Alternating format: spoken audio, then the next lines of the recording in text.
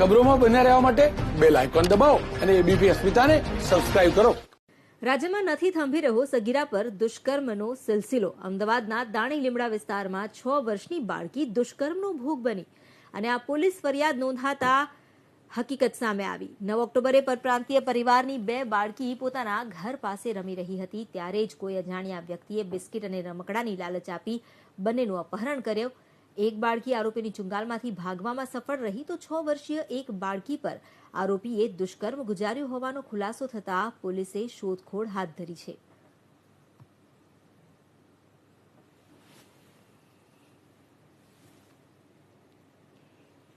તેના પરથી જાણવા મળ્યું છે કે બાળકીઓને રમકડા અપાવવાનું અને બિસ્કિટ ને ચોકલેટ ખવડાવવાની લાલચ આપી અને પોતાની સાથે લઈ ગઈ.